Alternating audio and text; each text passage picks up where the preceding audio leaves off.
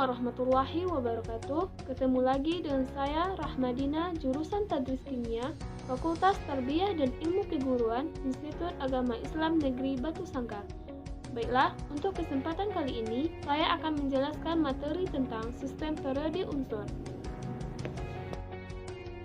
Baiklah, untuk pertama kali saya akan menjelaskan materi tentang sistem periode unsur. Nah, sistem periode ini adalah sifat pada tabel periodik yang berubah secara teratur sesuai dengan kenaikan nomor atom, baik dalam satu golongan maupun dalam satu periode. Nah, sifat periodik ini meliputi sifat fisik dan sifat kimia. Sifat fisiknya yaitu meliputi jari-jari atom, keelektronegatifan, afinitas elektron, energi ionisasi, dan kilogaman. Nah, adapun sifat kimianya yaitu adanya titik leleh dan titik didih. Baiklah, teman-teman semuanya, setelah kita mengetahui apa itu sistem periode unsur, ada beberapa sifat periode unsur yang harus kita ketahui. Yang pertama yaitu tentang jari-jari atom, yang kedua energi ionisasi, yang ketiga afinitas elektron, yang keempat keelektronegatifan, yang kelima yaitu kilogaman. Nah, yang pertama kita akan membahas tentang jari-jari atom. Jari-jari atom adalah jarak inti atom hingga kulit terluar elektron. Nah, jari-jari atom ini dipengaruhi oleh dua faktor. Yang pertama yaitu jumlah kulit atom, yang kedua muatan inti atom. Nah, jumlah kulit atom ini, jika bertambahnya jumlah kulit atom, maka akan memperbesar atau memperpanjang jari-jari atom. Nah, yang kedua yaitu muatan inti atom. Jika bertambahnya muatan inti atom, maka akan memperkecil jari-jari atom. Nah, jari-jari atom yang terbesar yaitu fransium dan yang terkecil yaitu helium. Adapun kecenderungan jari-jari atom dalam tabel periodik, yang pertama yaitu dalam satu golongan, jika makin ke bawah jari-jari atom maka akan semakin besar. Nah, dalam satu periode, jika jari-jari atom makin ke kanan maka akan memperkecil jari-jari atom. Selanjutnya, sifat periode unsur yang kedua yaitu tentang energi ionisasi. Energi ionisasi adalah besarnya energi yang diserap atau yang diperlukan untuk melepaskan satu elektron atom netral untuk menjadi ion positif. Nah, baiklah, selanjutnya yaitu kecenderungan energi ionisasi ada dua. Pertama yaitu dalam satu golongan, energi ionisasi makin ke bawah makin kecil karena jari-jari atom semakin besar dan gaya tarik-menariknya semakin kecil.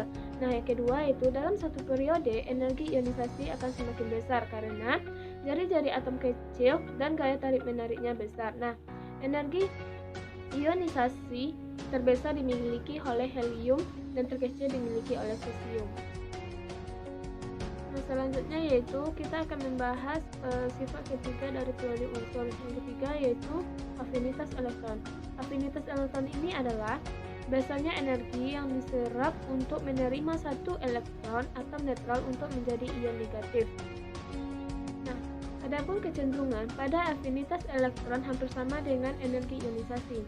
Dalam satu periode, afinitas elektron makin ke bawah makin kecil karena jari-jari atomnya semakin besar dan gaya tarik-menariknya semakin kecil. Kedua yaitu dalam satu periode, afinitas elektron semakin besar karena jari-jari atomnya semakin kecil dan gaya tarik-menariknya semakin besar. Nah, yang keempat, sifat periode unsur yaitu tentang keelektronegatifan. Keelektronegatifan ini adalah ukuran kemampuan atau kecenderungan suatu atom untuk menarik elektron dalam ikatan kimianya.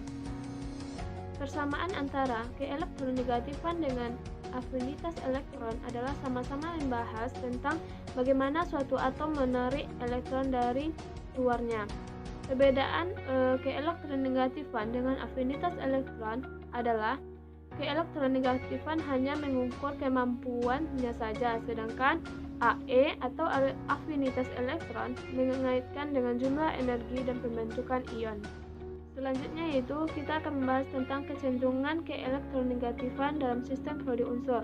Nah, yang pertama yaitu dalam satu periode keelektronegatifan makin ke bawah makin kecil karena jari-jari atomnya semakin besar dan gaya tarik-menariknya semakin kecil.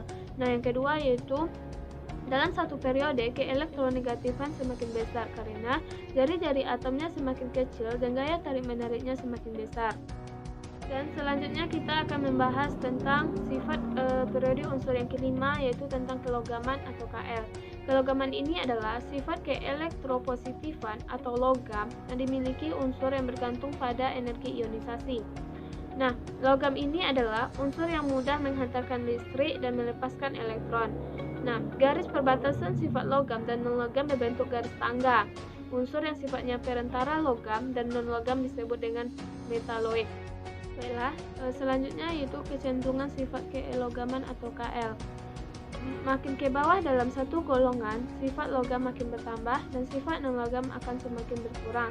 Nah, yang kedua, makin ke kanan dalam satu periode, sifat logam makin berkurang dan sifat non-logam makin bertambah.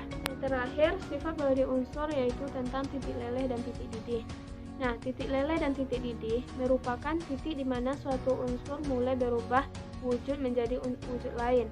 Nah, kecenderungan sifat titik leleh dan titik didih ini yaitu golongan 1A sampai 4A, makin ke bawah dalam satu golongan makin berkurang, makin ke kanan dalam satu periode makin bertambah sampai puncaknya pada 4A, titik leleh dan titik didih tertinggi.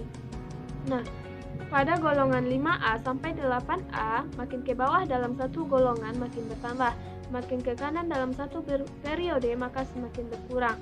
Nah, titik leleh dan titik didih terbesar dimiliki oleh atom karbon dan terkecil dimiliki oleh helium.